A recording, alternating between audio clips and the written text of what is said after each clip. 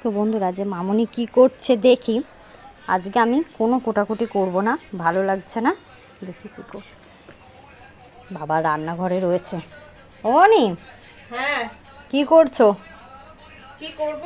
এই যে লঙ্কার বোটা ছাড়াচ্ছি। কটা বাজে? এখন এসছো মামুনি, কি করছো? প্রায় 10টা বাজে। সবজি টবজি কাটতে বসো, তোমার যেগুলো যেগুলো কাজ করতে বসো। অনেক দেরি হয়ে গেছে, বসে যাও।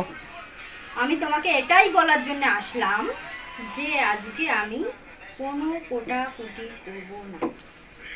মানে এই দিন কেন? প্রত্যেক দিন এই রাত হলে, রাত 9:30 10টা হলেই যে কোটাকুটির, এটা ভালো লাগছে না।